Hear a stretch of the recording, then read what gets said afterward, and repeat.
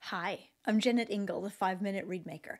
If you are watching this on YouTube, would you go ahead and click subscribe for me and notify, and that way you always know when I drop a new episode, and it makes it easier for other people to find my channel and to become better reedmakers and happier musicians. Thank you very much. During my warm-up your warm-up sessions last week, we were talking and a question came up around working on your reed versus just playing on your reed.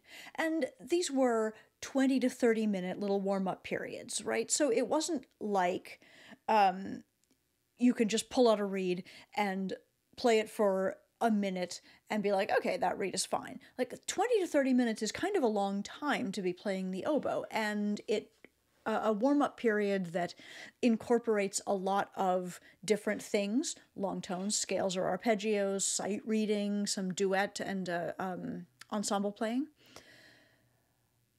That kind of warm-up exposes what your reed needs to do and what it is not good at. And so somebody asked me, Jennet, when you're practicing, do you work on your reeds? Do you stop and tweak things when they're not good?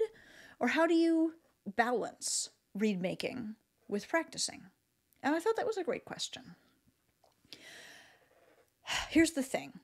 Because I am a fast reed maker, because I have my reed making paraphernalia spread out here on my desk all the time, and because I practice here in this same room where I work on reeds, it is very easy for me to turn every problem into a knife problem.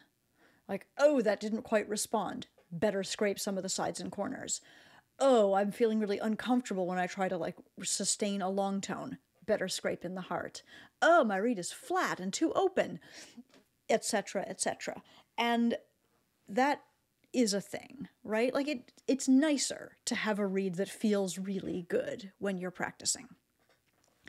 And I don't want to take away from that urge, right? I am on record as saying you should play on your good reeds. You should enjoy them, and you should make the best reeds you can, of course, in order to have the maximum amount of flexibility and comfort and enjoyment and endurance. Like, we all want better reeds.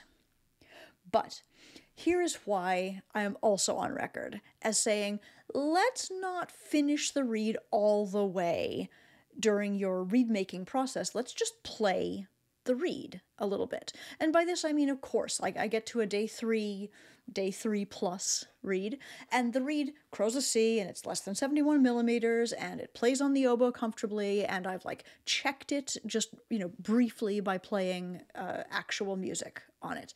Those are things that have happened already by the time I pull out a reed and go to practice on it.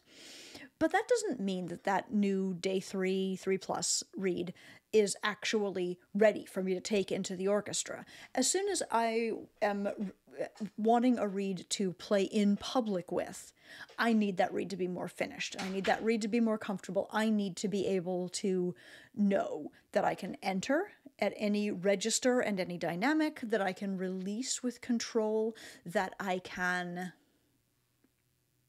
play dynamics and I can play pitch, right? Like, these are important things. The reed has to work. But when I am practicing, I don't necessarily leap to a knife to fix my reed, and I've got a bunch of reasons for that. Number one, a reed lasts longer, ultimately, if it has more wood on it. Eventually, over time, if the reed is a good reed and I keep it in my case, I'm going to tweak it. I'm going to clean it, I'm going to remake it, I'm going to readjust it. So the reeds that are the oldest in my case are also, for the most part, the thinnest, the shortest, the easiest, because I have remade them over and over again, because sometimes reed problems are knife problems. But if I have taken a reed and scraped it all the way down to a reed that feels comfortable and controllable and easy for me on day 1, day 2, day 3, if I have taken a blank and turned it into a reed that is playable because I needed it, because I needed a reed today that is playable. That's a thing that I can do. But I've not found that those reeds have longevity. I have had to take too much cane off of a new reed, too much fresh cane off of a new reed to make it comfortable for me to play. I don't have the kind of longevity that I would like. So instead of that, I play the reed until it tells me what it needs. And the reed will tell me what it needs, right? When I start, it might feel pretty okay, but rapidly I will feel, oh, I'm biting because the reed is too open. I'm over adjusting here because the reed is too sharp or too flat. I'm having to blow more than I want to in certain registers. I just can't make the low register speak. And as those character traits of the reed become more clear, that's when I work. Inevitably, that day 3 reed, that day 3+ reed that I'm playing on, it's going to get harder. It's not going to feel totally finished. There's going to be knife work that goes into it, but I don't want to do that up front. I want to play it until the reed insists that I change something. If I can wait a day, if I can play on it for 20 minutes and then put it away before I even scrape, so much the better, right? I can always scrape it the next day. There's plenty of time to scrape. I think another really important factor here is that it is important to be able to play on resistant reeds or on reeds that are in some way suboptimal. I believe passionately that we should play on our good reeds because it is fun and enjoyable and musically important, musically valuable to play on your good reeds. But not every reed is a good reed, and no matter how many reeds there are in your case, if you are sitting in the orchestra and the solo is approaching and you are 7 bars, 6 bars, 5 bars before it, the only reed you have is the one that is on your oboe. And if it is reacting to the weather, not quite the reed you thought it was, suboptimal in some way, it doesn't matter, you still have to play it. So how can you train yourself to make really beautiful music on a reed that does not feel quite perfectly finished? That is part of the skill of playing the oboe. And finally, I don't think that a perfect reed makes for a perfect performance, or even makes for very great musicianship. And by this I mean, yes, we need a reed that allows us to make music, but much more than that, we need to have put in our work to make the music. We need to have strong intentions, strong musical ideas, and the ability to execute those ideas. And those things come from practicing. They do not come from scraping a reed. The two things work together, of course, right? You can't play on a reed that it will not allow you to play. But the more important work of being an actual working musician is being able to make music.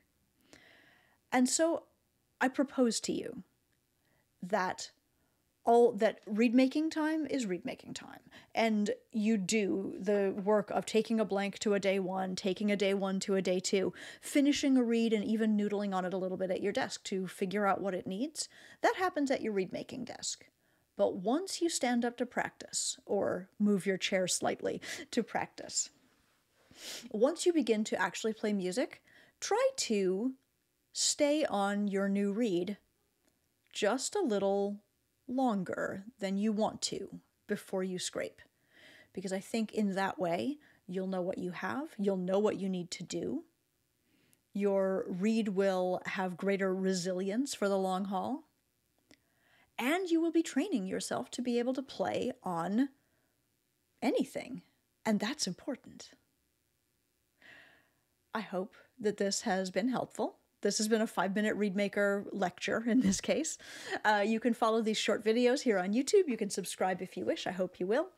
And if you need to reach me to order reeds or cane, or a copy of my book, The Happiest Musician, or to sign up for Reed Club or one of my other oboe offers, you can find me at jennetingle.com. Thank you so much for watching. Have a great day.